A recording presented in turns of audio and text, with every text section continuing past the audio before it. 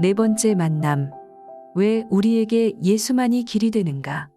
죄를 짓는 자는 마귀에게 속하나니 마귀는 처음부터 범죄함이니라.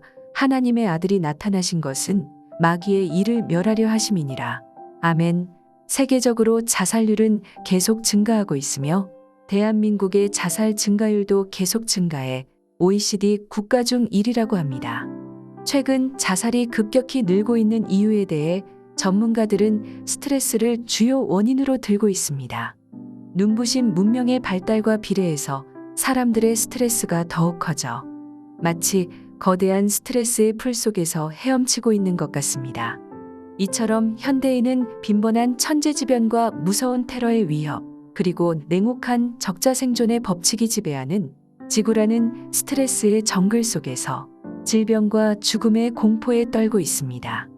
타락한 인류의 이기심으로 인해 멍들대로 멍든 자연은 몸부림의 비명을 지르고 있습니다.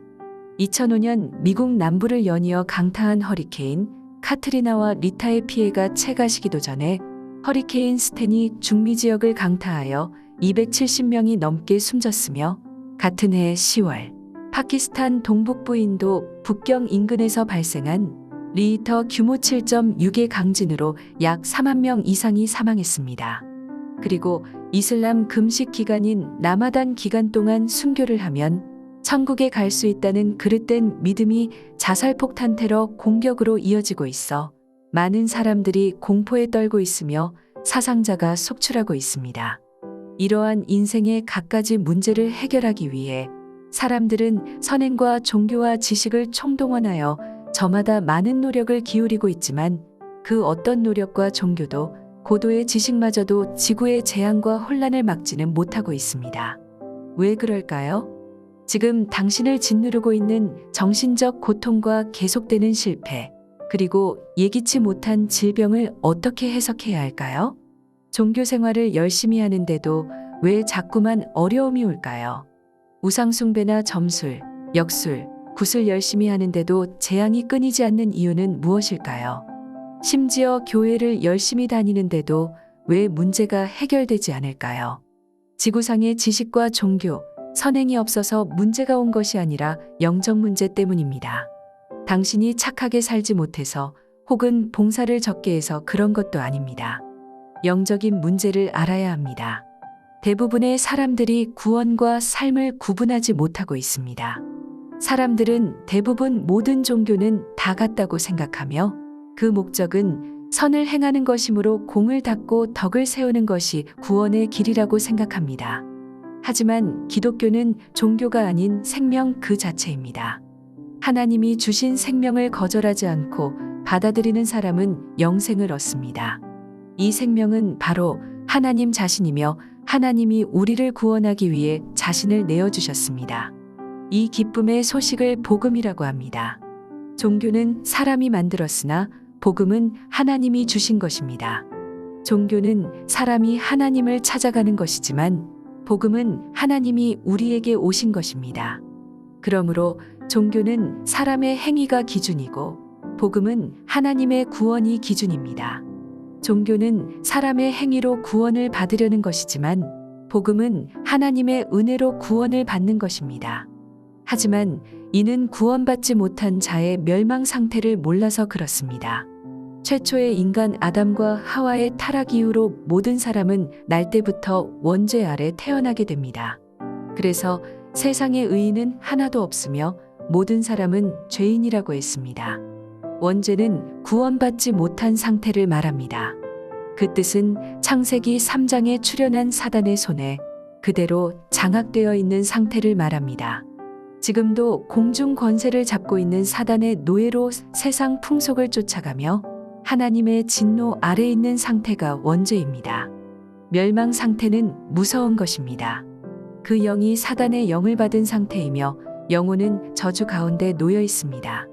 그래서 자연이 우상숭배, 제사, 부적, 굿, 점, 미신, 잡신, 종교 등에 심취할 수밖에 없으며 이로 인해 고난받다가 멸망합니다.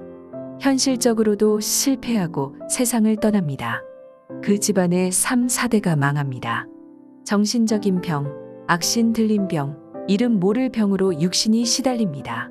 결국은 지옥 같은 인생을 살다가 지옥으로 가게 되는 것입니다. 여기서 당신은 구원할 자는 단 한 분뿐입니다. 사단의 권세를 이길 권세를 가진 분이어야 하며 반드시 인간의 몸을 입어야 합니다. 그러나 죄가 전혀 없어야 하며 아담의 후손이 아니어야 하고 죄의 대가로 죄 없는 몸이 죽어야 합니다. 또한 하나님이란 증거로 반드시 죽음을 이기고 부활해야 합니다.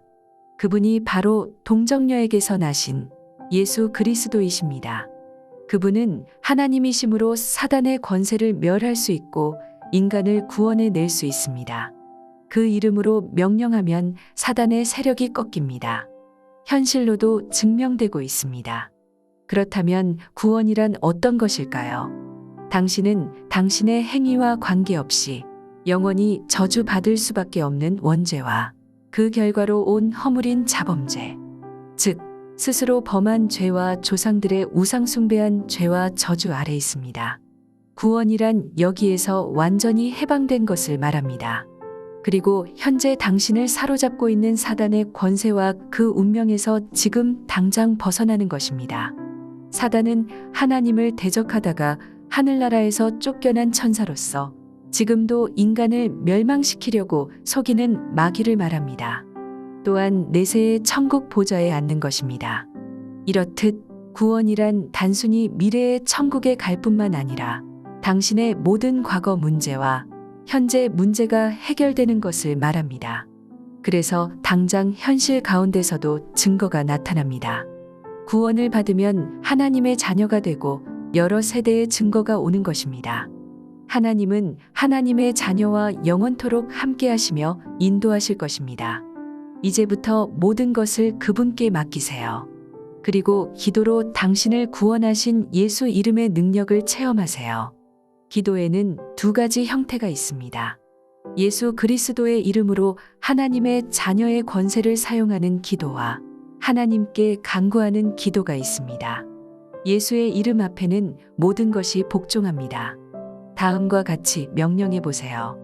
예수 이름으로 나의 모든 연약함이 치료될지어다. 아멘. 가문과 가정에 역사하는 불신앙과 가난케 하는 흑암의 세력은 예수 그리스도의 이름으로 떠나갈지어다. 아멘. 분명히 응답이 올 것입니다. 그리고 가장 기도하기 좋은 시간에 하나님께 성령의 충만함을 달라고 기도하세요. 그리고 무시로 하나님과 대화하면서 기도해 보세요. 부활하신 예수 그리스도가 지금도 살아계심을 체험하게 될 것입니다.